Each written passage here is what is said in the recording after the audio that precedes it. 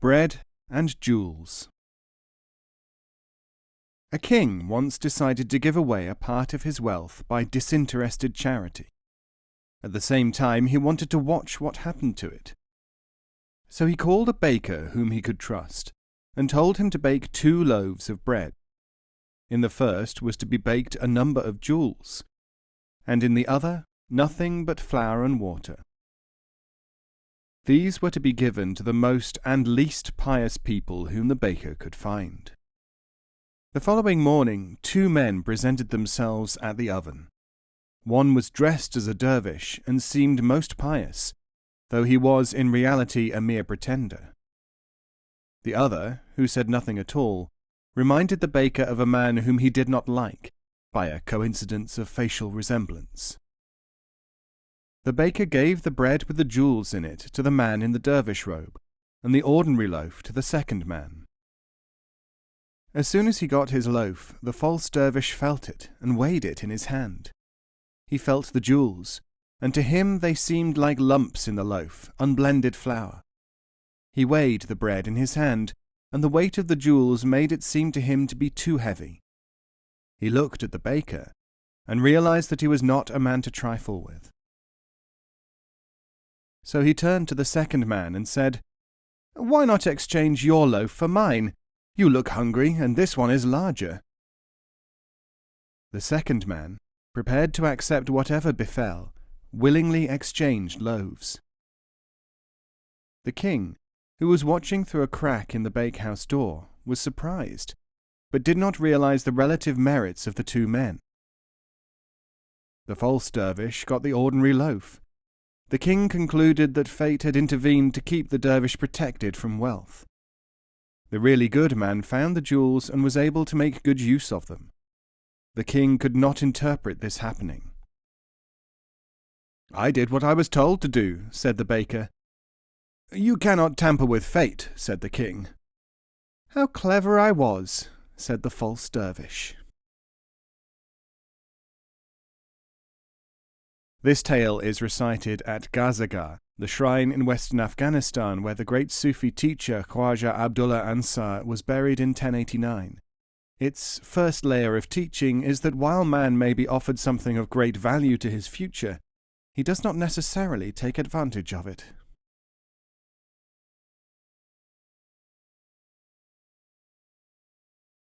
The limitations of dogma. One day, the great Sultan Mahmud was in the streets of Ghazna, his capital. He saw a poor porter struggling under the weight of a heavy stone which he was carrying on his back. Moved by pity for his condition, and unable to restrain his compassion, Mahmud called out to him in royal command, "Drop that stone, porter." Immediately he was obeyed. The stone lay there, an obstacle to all who tried to pass for years on end. Ultimately, a number of citizens interceded with the king, asking him to give a command for the stone to be taken away. But Mahmud, reflecting in administrative wisdom, felt himself bound to reply, "That which has been done by command cannot be rescinded by an equal command, lest the people think that imperial orders are motivated by whims. Let the stone remain where it is." The stone remained, therefore, for the rest of Mahmud's lifetime. Even when he was dead, from respect for royal commands, it was not moved. The story was well known. People took its meaning in one of 3 ways, each according to his capacity. Those who were against rulership considered that it was an evidence of the stupidity of authority trying to maintain itself. Those who revered power felt respect for commands, however inconvenient. Those who understood aright penetrated the moral intended by the king, regardless of his reputation among the unheedy. For by causing to be placed in that inconvenient position an obstacle, and giving currency to his reasons for leaving it there, Mahmud was telling those who could understand to obey temporal authority, but to realize that those who rule by inflexible dogma cannot be of complete use to humankind. Those who read the lesson therefore swelled the ranks of the truth-seekers, and many thus found their way to truth. This story, without the subtlety of interpretation which appears here, is found in the celebrated classic Akhlaq-i Mohsini, Beneficent Ethics, of Hassan Waiz Kashifi. The present version forms part of the teaching of the Sufi Sheikh Daoud of Kandahar, who died in 1965. It provides an ideal expression of the various levels of understanding of actions by people who judge in accordance with their training. The indirect method of illustration used by Sultan Mahmud is classically a Sufic one, summed up in the phrase, "Speak to the wall so that the door may hear."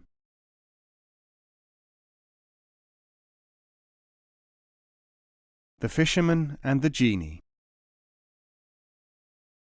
A lone fisherman one day brought up a brass bottle stoppered with lead in his net. Though the appearance of the bottle was quite different from what he was used to finding in the sea, he thought it might contain something of value. Besides, he had not had a good catch, and at the worst he could sell the bottle to a brass merchant. The bottle was not very large. On the top was inscribed a strange symbol, the seal of Solomon, king and master. Inside had been imprisoned a fearsome genie, and the bottle had been cast into the sea by Solomon himself, so that men should be protected from the spirit, until such time as there came one who could control it, assigning it to its proper role of service of mankind. But the fisherman knew nothing of this. All he knew was that here was something which he could investigate, which might be of profit to him. Its outside shone, and it was a work of art. Inside, he thought, there may be diamonds. Forgetting the adage, man can use only what he has learnt to use, the fisherman pulled out the leaden stopper. He inverted the bottle, but there seemed to be nothing in it, so he set it down and looked at it. Then he noticed a faint wisp as of smoke, slowly becoming denser, which swirled and formed itself into the appearance of a huge and threatening being, which addressed him in a booming voice. "I am the chief of the jinns, who know the secrets of miraculous happenings, imprisoned by order of Solomon against whom I rebelled, and I shall destroy you." The fisherman was terrified, and casting himself upon the sand, cried out, "Will you destroy him who gave you your freedom?" "Indeed I shall," said the genie, "for rebellion is my nature, and destruction is my capacity, although I may have been rendered immobile for several thousand years."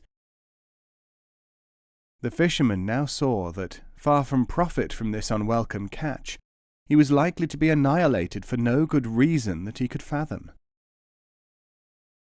He looked at the seal upon the stopper, and suddenly an idea occurred to him. "You could never have come out of that bottle," he said. "It is too small." "What? Do you doubt the word of the master of the jinns?" roared the apparition. And he dissolved himself again into wispy smoke and went back into the bottle. The fisherman took up the stopper and plugged the bottle with it. Then he threw it back, as far as he could, into the depths of the sea. Many years passed, until one day another fisherman, grandson of the first, cast his net in the same place, and brought up the self-same bottle. He placed the bottle upon the sand, and was about to open it when a thought struck him. It was the piece of advice which had been passed down to him by his father from his father. It was, "Man can use only what he has learnt to use."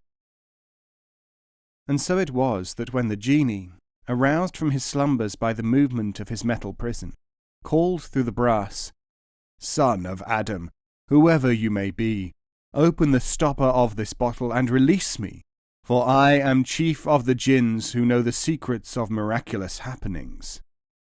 The young fisherman, remembering his ancestral adage, placed the bottle carefully in a cave and scaled the heights of a nearby cliff, seeking the cell of a wise man who lived there. He told the story to the wise man, who said, "Your adage is perfectly true, and you have to do this thing yourself, though you must know how to do it." "But what do I have to do?" asked the youth. "There is something, surely, that you feel you want to do," said the other. What I want to do is to release the djinn, so that he can give me miraculous knowledge, or perhaps mountains of gold and seas made from emeralds, and all the other things which djinns can bestow." "It has not, of course, occurred to you," said the sage, "that the djinn might not give you these things when released, or that he may give them to you and then take them away, because you have no means to guard them, quite apart from what might befall you if and when you did have such things, since man can use only what he has learnt to use." "Then what should I do?" "Seek from the djinn a sample of what he can offer. Seek a means of safeguarding that sample and testing it. Seek knowledge, not possessions, for possessions without knowledge are useless, and that is the cause of all our distractions." Now, because he was alert and reflective, the young man worked out his plan on the way back to the cave where he had left the djinn. He tapped on the bottle, and the djinn's voice answered, tinny through the metal, but still terrible. "In the name of Solomon the Mighty, upon whom be peace, release me, son of Adam." "I don't believe that you are who you say, and that you have the powers which you claim," answered the youth. "Don't believe me? Do you not know that I am incapable of telling a lie?" the djinn roared back. "No, I do not," said the fisherman. "Then how can I convince you?" "By giving me a demonstration. Can you exercise any powers through the wall of the bottle?" "Yes," admitted the djinn, "but I cannot release myself through these powers." "Very well, then. Give me the ability to know the truth of the problem which is on my mind." Instantly, as the djinn exercised his strange craft, the fisherman became aware of the source of the adage handed down by his grandfather. He saw, too, the whole scene of the release of the djinn from the bottle, and he also saw how he could convey to others how to gain such capacities from the djinns. But he also realized that there was no more that he could do, and so the fisherman picked up the bottle, and like his grandfather, cast it into the ocean. And he spent the rest of his life not as a fisherman, but as a man who tried to explain to others the perils of man trying to use what he has not learnt to use. But since few people ever came across djinns in bottles, and there was no wise man to prompt them in any case, the successors of the fisherman garbled what they called his teachings, and mimed his descriptions. In due course they became a religion, with brazen bottles from which they sometimes drank, housed in costly and well-adorned temples. And because they respected the behaviour of this fisherman, they strove to emulate his actions and his deportment in every way. The bottle, now many centuries later, remains the holy symbol and mystery for these people. They try to love each other only because they love this fisherman, and in the place where he settled and built a humble shack, they deck themselves with finery and move in elaborate rituals. Unknown to them, the disciples of the wise man still live. The descendants of the fisherman are unknown. The brass bottle lies at the bottom of the sea, with the genie slumbering within. This story in one version is well known to readers of the Arabian Nights. The form in which it is given here represents its use by dervishes. It is noteworthy that knowledge gained from a genie in a similar manner is said to have been the source of the power of both Virgil the enchanter of the Middle Ages in Naples, and also of Gerbert, who became Pope Sylvester II in AD 999.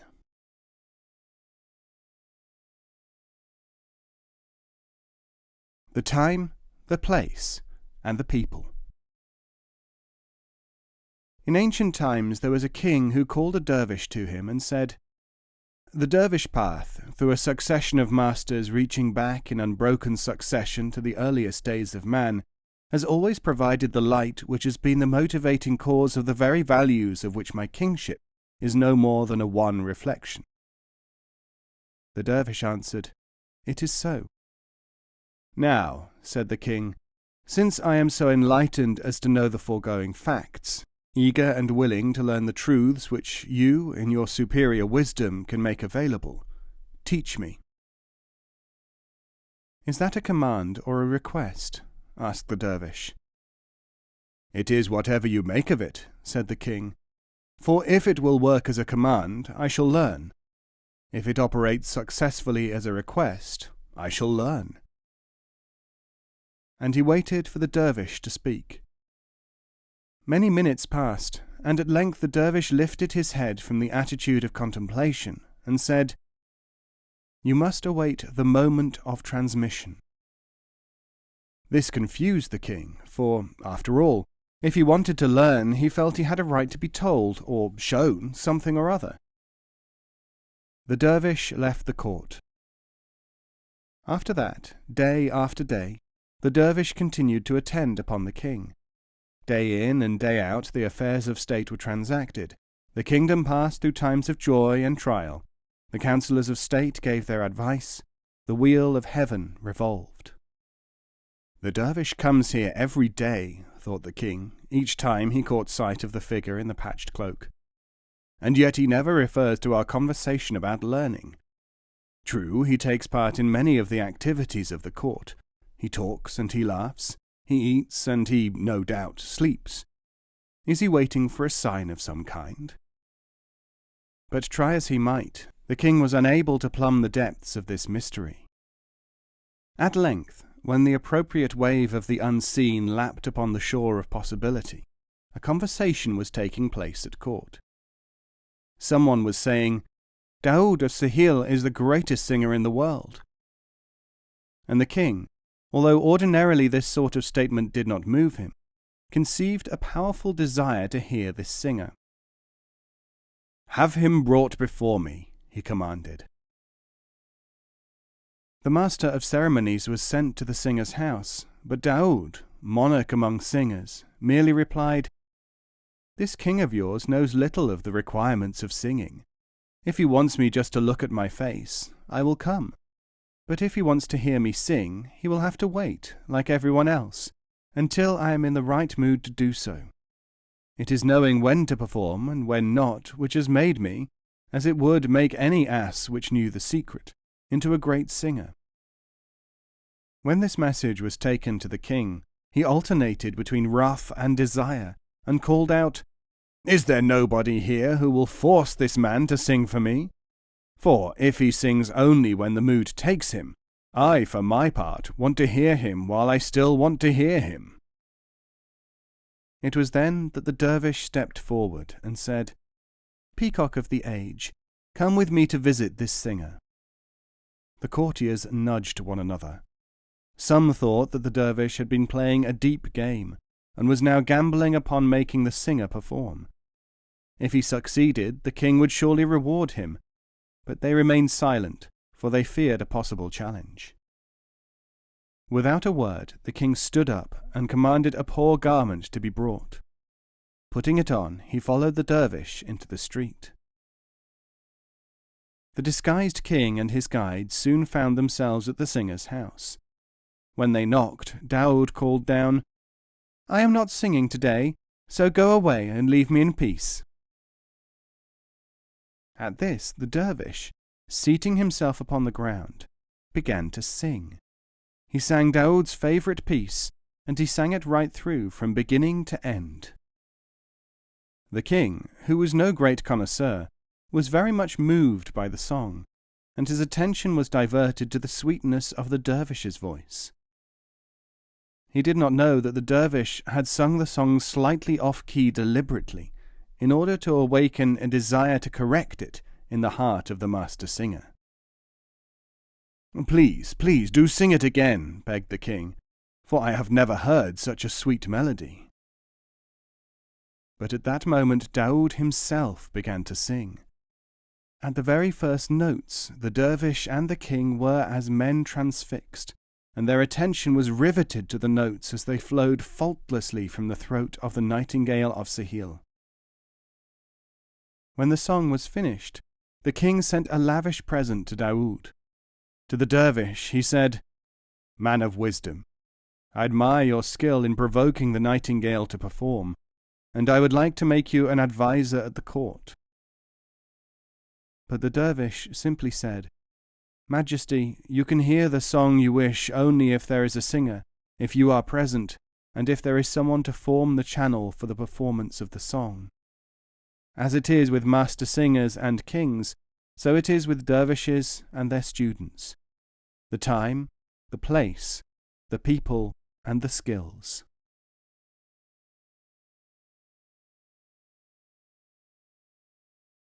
The clash between the Sufis and the ordinary scholastic is strongly manifested in the theory that Sufi ideas can only be studied in accordance with certain principles, and these include time, place, and people.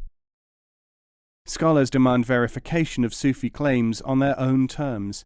Many Sufi stories illustrate, like this one, that Sufis only claim an equal chance of arranging conditions to those required by academics or scientists. This tale is from the teaching of Syed Imam Ali Shah, who died in 1860, and whose shrine is at Gurdaspur in India.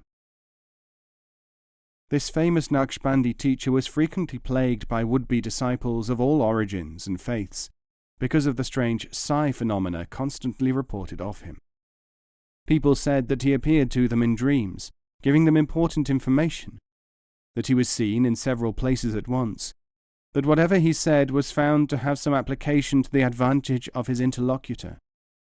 But when they came face to face with him, people could find nothing supernatural or unusual about him.